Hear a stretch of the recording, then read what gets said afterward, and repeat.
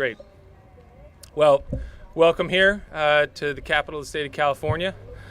We have some very special guests with us. I'm Senator Henry Stern. I'm here with my colleagues. Some of them are Josh Hoover and Senator Monique Limon.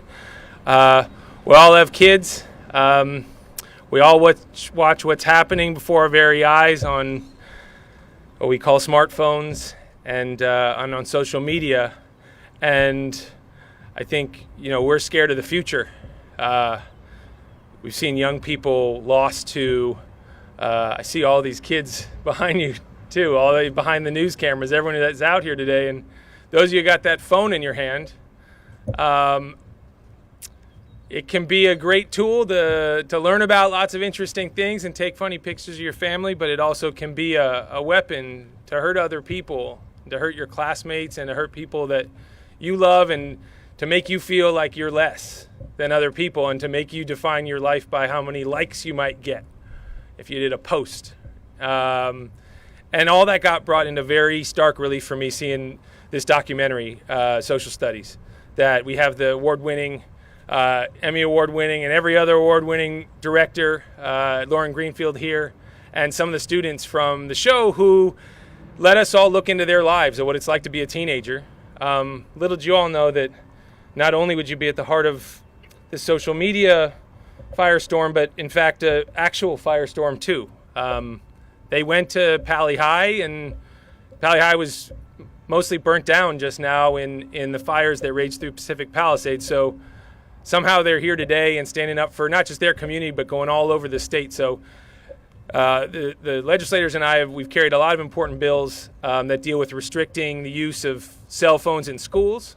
And that allows schools now in California and really clarifies for them that they have all the authority they need to get rid of that cell bell to bell. New York's moved ahead on it. Our governor's been a great champion on this too as a dad, and he gets it. First Partner has as well. And we're just hoping now we go into implementation phase that we don't all take the easy way out and say that, we're going to just kind of look the other way or we'll comply and maybe you can leave it in your pocket all day, or we're not really going to look at what you're doing on recess, and are you playing or are you scrolling, right? Like, we want you playing. We want you having a great life, and we think that it's going to help you and your family. So anyway, I'll turn it over to Senator Limon and just say that this is a make or break moment, and we have policy tools here at the state level to get some work done, but it's not going to happen without young people telling their story and helping us through it. So we're just so grateful to the social studies team for getting into, out of looking into your lives and how to change other people's lives. So thank you guys. Senator Limon, please. Thank you so much. And I want to start off by really thanking Senator Stern for his leadership on this, for his vision, for what is the right thing to do moving forward here in California, but for the heart. That it takes as a parent to say we need to step up for the good and for the future of the kids. I also am proud to be here as a representative of the Central Coast and a representative of Santa Barbara Unified School District. I'm a former school board member, and it's a school district that implemented this policy prior to the law being passed. It's a school district that has been able to say this absolutely works, and this is the right thing to do, to be able to be champions for our kids impacted by the harmful effects of classroom cell phone use. Before I joined the Senate, I spent 14 years working in education, not just on a school board, but also with students in different grade levels. And my work there was oftentimes, impacted by cell phones. And for a lot of the time, we really saw cell phones as being an asset and continue to find value in them. Please don't confuse this. There is some value, but without limitations, without guardrails, the cell phone used every single minute of a classroom becomes not just a distraction, but also a vehicle to get students in a mode. And in a mode that's not always healthy, a mode that concentrates and focuses on the wrong things, on what's in front of them and the messages that others give them, as opposed to the messages that they themselves create by interactions with their colleagues and classmates and the teacher. I think that it's really important for us to think about the fact that when they're using the cell phone, they're also mostly using social media. And it's social media on that phone that we've now learned isn't just delivering messages by coincidence. It's delivering targeted message based on previous use. And one bad click is a lifetime in social media world of repeated bad messages, harmful messages. And that's what we're trying to ensure, that in the classroom experience doesn't proliferate that the classroom experience is about the interaction with classmates, the interaction with students. And I know how important that is. When we ask students about the impact on social media on their body image, 46% of adolescents ages 13 through 17 said social media makes them feel worse. As a former educator, as a legislator, and as a mother, we're here committed to say that we are going to do more. We're not just going to let this be a statistic. We're going to ensure that we're able to change this. And so that's why we're here working to ensure that as this law is being implemented, we are ensuring also that we're doing good for the students. I'm so proud that when Santa Barbara Unified implemented this law, our Santa Barbara Teachers Association gave us immediate feedback within days of this particular policy being implemented that they were seeing good signs. Students were already more engaged. They weren't going down rabbit holes. The interaction between students and teachers was healthier and more positive. And that's what we want to do here today. So I'm proud to be here, not just standing next to Senator Stern, who's led this effort, but also someone who really cares about this issue. And again, next to incredible folks who have been committed to ensure that Assembly Bill 3216 is a bill, by Assemblymember Josh Hoover, who he's going to talk about, but also that Senate Bill 1285 is something that we've moved forward. So thank you very much. And now we have Assemblymember Josh Hoover, who's going to talk a little bit about his bill. Thank you, Senator. It's now law. Thank you. Yes. The new law in California, AB 3216. So thank you so much for having me here. I am Assemblyman Josh Hoover, the author of AB 3216, the Phone-Free Schools Act. So thankful and grateful to have the support of my Senate colleagues as well on that legislation. And I think it really underlines, the group of people that is here today, that this is a bipartisan issue. And this is an issue that the legislature and California needs to continue to lead on, not just on getting phones out of schools, but also to holding social media companies accountable and to making sure that our kids are protected. The other theme that you will find from a lot of the folks here and then also in the legislature that supported the Phone Free Schools Act is that we're all parents. We all have skin in the game here. We all have kids that we care deeply about and love very much, that we want to make sure have the best life outcomes possible.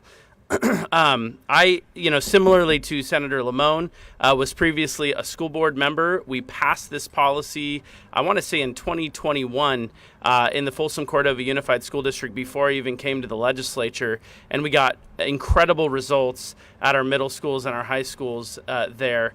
And that really sparked, I think, this coalition of folks that wanted to make sure it's done at every school district in the state. And so very grateful for the governor for signing the Phone Free Schools Act last year, and excited for the implementation that is coming in July of next year. When this device was invented in 2007, when it was announced, it only did a few things. It was a thing that you could use to call someone. You could text someone. You could take pictures with it. And it was an iPod, if anyone remembers what an iPod was. I don't know if anyone's really – a lot of people probably don't even know what that is anymore. But it had your music on it. That was it. It wasn't until a few years later that the App Store was created, and then a few years after that where social media really started becoming more prevalent. But something drastically changed in the early 2010s when social media started becoming available to young people. And as a parent, we can see this very clearly. If you have a child at home with a device or a screen, you can see the change that occurs when they're on that screen for too long. It is obvious to us as parents. But the important thing is now we also have the data. We have the data that shows us and demonstrates to us that this is having a negative impact on young people. And so in the early 2010s, we've started to see rates of depression, rates of mental health concerns, rates of suicide go up dramatically. And it is something that we as lawmakers need to be very aware of and need to take action to fix and to stop. This is particularly concerning for me when it comes to our young girls. And in fact, the impact this has had on our daughters has been probably the most drastic. And in fact, the most recent statistics show that suicide rates for young girls are higher than any point in recorded history. And I think that is something that absolutely has to raise a red flag for everyone, that whether you're a parent or not, that something needs to be done to stop this trend. Right now, according to the latest Gallup numbers, American teenagers specifically, are spending 5 hours per day on social media. I think that is something that never happened before, just a few years ago, and it's something that has drastically changed how our kids are being raised. And so I'm just so grateful for the opportunity for Senator Stern and Senator Lamone for having me here to really try to highlight the importance of this critical issue. And I'm so excited to announce our next speaker, Lauren Greenfield, the creator of social studies, to talk more about why this issue is so important. Thank you. Thank you so much. Thank you, Senator Stern and Assemblymember Hoover, Senator Limón, and Senator Rubio for bringing us here today. It means so much to be standing here in the Capitol where real change can happen, to talk about something that's impacting nearly every teenager in California and across the country, as we heard from the lawmakers. I'm a filmmaker and the director of Social Studies, a 5-part series on Hulu that has struck a deep chord with families, students, and educators across the country. This series is more than a project. It became a personal journey. We followed a group of teenagers over the course of a year, including 3 incredibly brave students who are here with us today. We filmed them at school, at home, with their families and friends, but most revealingly in their digital lives. These young people led us into the most private spaces of their lives, their phones. They shared everything: texts, posts, DMs, browsing history, their highs and their heartbreaks. Their social media content is at the core of the storytelling in this series. What we saw was raw, real, and at times heartbreaking. But we also witnessed resilience, honesty, and a deep desire to be understood. Among our most significant findings was how social media amplifies many of the serious challenges teenagers face today, from bullying to body image struggles, suicidal ideation, depression and anxiety, misinformation, isolation, and loneliness. I know from my longtime work on youth that these issues are not new, but the constant pressure and presence of social media makes them far more intense and relentless. In just a moment, you'll hear directly from students in the series in their own words, which will vividly illustrate how this happens. These teens came from 10 schools across Los Angeles, from all kinds of backgrounds. And yet their struggles with social media, its pressure, its pull, its power, were strikingly similar. What they showed us wasn't just a warning, it was a call to action. And most importantly, it gave us hope. With support from the Annenberg Foundation, we turned the series into a high school curriculum because we believe media literacy isn't optional anymore. It's an essential life skill. Common Sense Media, also represented here today, has recommended the series for students age 14 and up, and we hope schools across California can use social studies and its curriculum as a tool to start real conversations and offer real solutions. We also want to say how grateful we are for these lawmakers working to reduce phone use in schools. This isn't a problem young people or parents can solve alone. We need the partnership of government, educators, and yes, the technology companies in our state need to take responsibility for the impact their platforms have on kids' lives every day. And now I'm honored to hand the microphone to the real experts, the students. They were courageous enough to open up their lives, and today they'll share what it feels like to grow up in the age of social media. Thank you again for this opportunity. Thank you, Senator Stern, for organizing this. Thanks to all the lawmakers for your concern and action on one of the most urgent issues of our time, the mental health and well-being of young people. And I just want to add, one thing I hear over and over again is that young people don't feel like adults understand or even care about what they're navigating. So it means so much to us for you all to be here today and for the press to be here, and we really appreciate this opportunity to talk to you. Thank you. And now we're going to hear from Cooper. Thank you so much, Lauren. My name is Cooper Klein, and I was a senior at Brentwood School when I participated in social studies. I'm now a rising senior at Vanderbilt University in Tennessee. Being a part of this project for the last 4 years has really invited a lot of critical reflection on social media in my own life, but also in the lives of other adolescents and young adults. I think at its core, social media fosters and facilitates a culture of constant comparison. It both enables and encourages individuals, especially adolescents, to measure themselves against highly curated portrayals of success, beauty, and thinness. This relentless exposure to idealized images can distort someone's sense of self and fuels high levels of insecurity and the belief that worth is tied to your appearance. In my own experience, this created a relentless sense of inadequacy and intensified a perfectionistic mindset. The pressure to match an illusion began to bleed into all the corners of my life and warped my sense of self, and turned self-worth into something I felt I had to constantly earn through effort and control. For many teens, social media becomes not just a mirror, but a measuring stick, constantly begging you to ask the question, how do you measure up? It shifts the focus from self-expression and self-discovery to self-evaluation. It equates appearance with worth and encourages harmful attempts to reach an unattainable standard.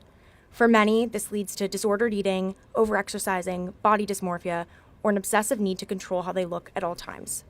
Constant exposure to these filtered images and appearance-focused content slowly warps how people see themselves.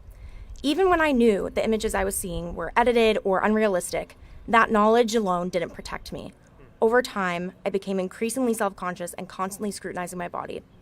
When I was a part of the series, part of social studies, I was really struck by how many people in the series shared similar struggles, and it just revealed to me how widespread and normalized this issue has become for so many. It made it very clear to me that these feelings of inadequacy and pressure aren't personal, they're systemic, and they're baked into the very design of the platforms that we're using every day. Adolescents need intentional, supportive frameworks for setting digital boundaries. Awareness alone is insufficient when platforms are designed to bypass self-regulation. Without active guidance from parents, educators, or trusted adults, teens are left to navigate addictive algorithms, social pressure, and constant comparison with little structural support. I really appreciate these lawmakers' efforts to keep phones out of school because I've seen the impact firsthand through my sister's experience at Brentwood. She's younger than me, and while I often had to figure out how to manage social media on my own, and especially having a phone at school, she's now been a part of a school environment with way clearer boundaries, and she does not have access to her phone during the school day. And what began for her as begrudging compliance and very high levels of frustration about not having access to her phone very, very quickly evolved into her recognizing that this had actually helped her and helped her friends become more present, connected, and less consumed by their phones and social media throughout the school day. I'd say, to kind of wrap this all up, a lot of teens are experiencing a form of cognitive dissonance on social media. They're very aware of the harmful impact it's having on their mental health and their body image, their attention span, among other things, yet they feel really unable to disengage. And so policies like this are actually a gift to them because they want that support, they want that help because they themselves know the harm that it's doing to them. I think it's important to remember this isn't a failure of their judgment, and it reflects the developmental reality that adolescent brains are still maturing, especially in areas tied to impulse control and long-term decision-making. And when combined with platforms engineered to exploit those very vulnerabilities, it becomes very clear that both individual support and systemic safeguards are essential. Thank you. I'm going to pass it off to Jonathan now.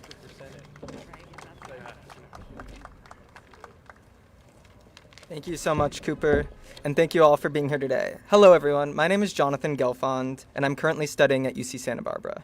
When I participated in social studies, I was a student at Pali High, a place you may know as the school that burned during the devastating fires earlier this year. I am here today to talk about what it was like growing up with the world at my fingertips, yet hopelessly disconnected. Finding my way onto Instagram in second grade, I spent my formative years in cyberspace. From a young age, I experienced the effects of doom scrolling. I was reducing my in-person connections in favor of virtual ones. Even in middle school, my friends would make comments about how addicted I was to my phone. These habits only continued into high school. Social media is a place where you constantly compare yourself negatively with everyone else. During my college application process, I was served up endless amounts of content from other students applying to the same schools as I, sharing their test scores, the number of APs they took, and their extracurriculars. It is hard not to compare yourself to other students and feel like you are less worthy than them when these are the posts you are relentlessly fed during such a stressful period in your life. One thing I said at the end of the series is that social media is our lifeline, but it's also a loaded gun. What other lifeline is so dangerous that we would compare it to a gun, and why would we allow that around young people? We use our phones and the social media platforms on them every day to communicate, yet the algorithms and content they distribute are harmful to teens, and these tech companies know it. As a teen-to-teen crisis hotline volunteer in high school, I heard hundreds of firsthand stories of trauma from young people across the country. For many, listeners like me were their only outlet to provide judgment-free empathy about issues ranging from sextortion to suicidal ideation and suicide attempts, trends that are worsened by the social media bubble we live in, and there's data to prove that. The effects of social media on adolescents are ubiquitous, yet not universal. Of course, social media also provides a place for teens to feel marginalized in the real world, to find support, connection, and acceptance. And this is vitally important. But these platforms also complicitly ignore the harm they cause to young minds. Hearing the similar stories of other teens in the series allowed me to realize the crucial nature of instituting age restrictions and holding social media companies accountable. Thank you for your time today, and I hope productive change is near because time is up and we must act now. And now I'll pass it over to Dominic.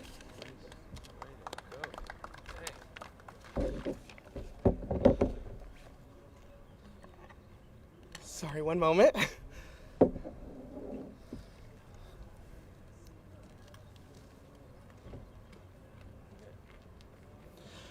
Hello, my name is Dominic Brown, and I am currently a junior at the University of California, Santa Cruz. I was a senior attending Providence High School when I participated in social studies. I am someone who has had incredibly affirming experiences on social media, participating in affinity groups that have connected me with people who share the same identities as me in ways that I didn't have access to in person. In some ways, social media was my lifeline, but I also experienced many of the terrible dangers that Jonathan shared about social media. My personal experience with social media, an experience unfortunately shared by much of my generation, is one of pervasive bullying and harassment motivated by hate. Hate that has targeted my various identities, including my race, my sexuality, and my size. Before I even truly understood the identities I belonged to, I was overwhelmed with hate speech and slurs intended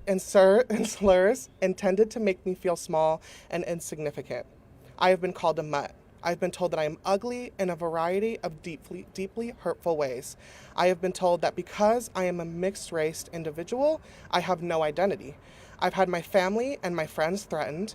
I've had incredibly disparaging comments made about my body. I've been told that I resemble a variety of animals, and I've been called a variety of degrading slurs that I would rather not repeat. For many years, the hate speech that every social media platform failed to protect me from succeeded in making me feel unworthy and unwanted.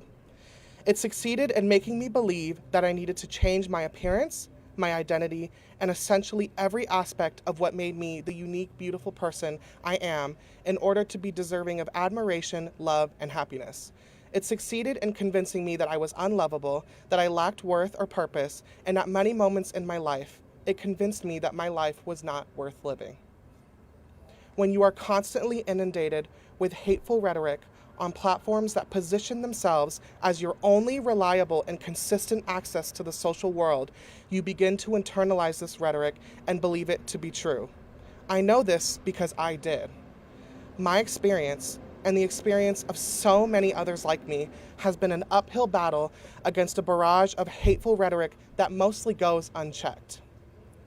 On these platforms, allegedly designed for fostering connections, I felt the most alone I had ever felt in my entire life.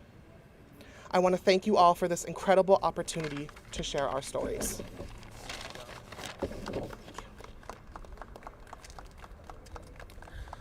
All right.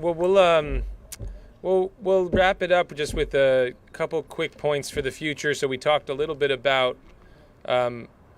the landmark legislation from Assemblymember Hoover and my bill that's now law around restricting social media at schools, so that even if the students didn't take the pledge or agree to sign off, or even if their cell phone was still on them, that you wouldn't be allowed to use that social media on campus. So those are working their ways through. There's also cyberbullying laws that just took effect on January 1st that we're going to see how the tech companies handle. But essentially, if someone's in your position, Dominic, not only can you make a complaint to the social media platform when you're bullied like that, but that your teacher or your principal at the time can also be there to be your guardian and file that complaint. And if the platform doesn't reply within 14 days, you can actually ramp up and get into penalties, legal action, administrative fines, things like that. So we'll see if tech fights us on that or not. They're still resisting the disclosure of their design code and to talk about whether they're adhering to an age-appropriate design code or not.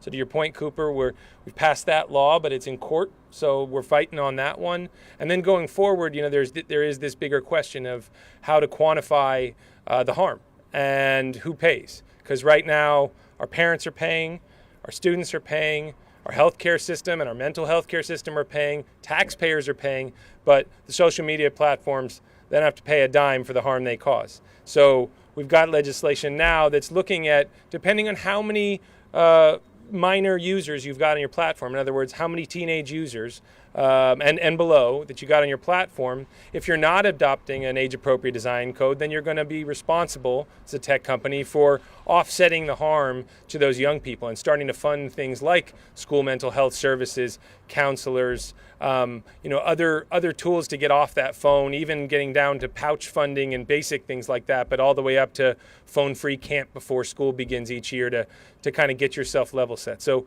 we have big expectations. We are in the tech capital of the world. It hurt me to hear you tell that story, Cooper, about, it was my sophomore year in college watching Zuckerberg down the hall from me start this stuff. Like I was there when Facebook was a book, and then when it got off the book. And before it became what it is now, it was hot or not. And that underlying premise of like just the meanness of rating who's hot and who's not, that is still at the base of that algorithm, right? Are you hot or are you not? And some people like to pick hot, but some people relish in this sick part and this sick pull of saying who's not and hammering on that. And we're all still living in that reality. Little did I know at the time, 19 years old, younger than you guys even now, what the world would become. But we're going to do our best to help fix it, and we're going to need your help too. And we just appreciate you being here today. So we'll go do our advocacy. We're going to go meet with lawmakers, Capitol staff. We're going to air some of the screening. So hopefully we can unlock your power here. And thank you, Lauren, for doing what you do and telling stories in new and captivating ways. We need your documentary film storytelling more than ever, and that curriculum. We are going to be pushing ahead to see if we can get this going everywhere. So today in Sacramento, next week in a school district near you. Thanks.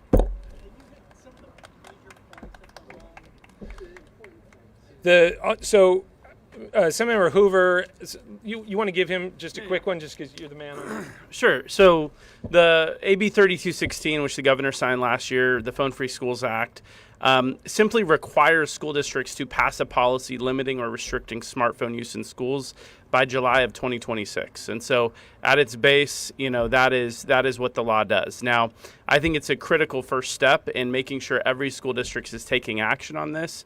There's already a lot of best practices out there, as were mentioned by Senator Lamone and myself, from school districts that have already taken action and already started to see what works and what doesn't on school campuses. But I think at the heart of it, I think Senator Stern and I both really believe strongly that we do not want to look back at this in 50 years and go, what could we have done more?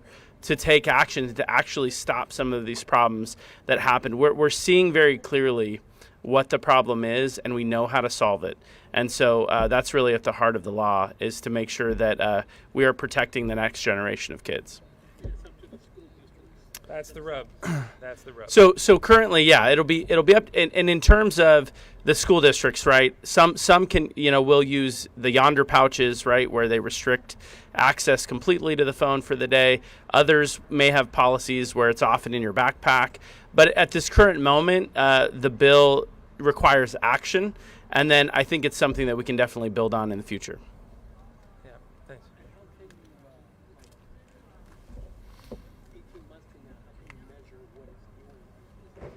Well, we'll know. I mean, the governor's office and Department of Education are going to be tracking what what all the school districts do, and who complied with the law and adopted a policy, or who decided to skip out and not have one. There's not a hammer per se. It's going to take parent and student action, and we know it's going to be some tough votes at various school boards where parents say, like, I need my phone on my kid all day, and if I don't have them with me, I'm going to be afraid of if there's a wildfire or if there's a shooting. I mean, people have anxieties about that phone going away. So that's the kind of stuff that we know.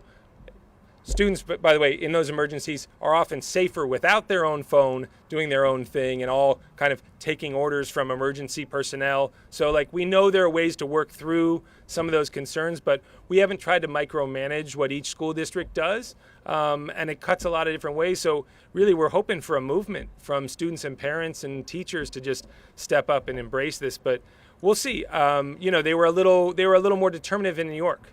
Their Governor Hochul's budget just mandated bell-to-bell, no cell. So we left a little discretion about that.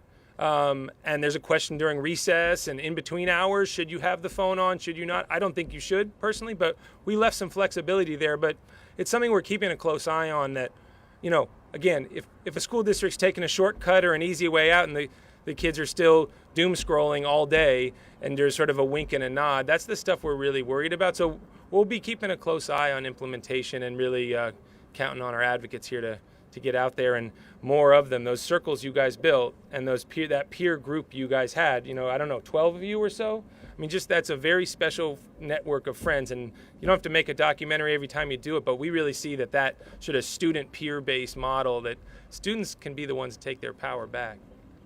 Any other questions before we roll?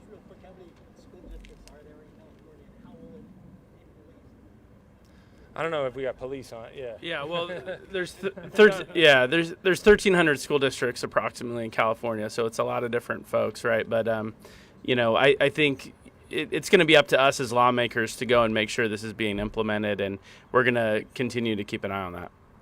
Yeah. Thanks, guys. All right.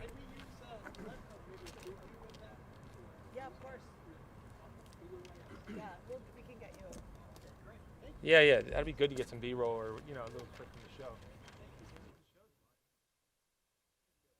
I mean, it's painful, but you're in their phone. Like, you can see what's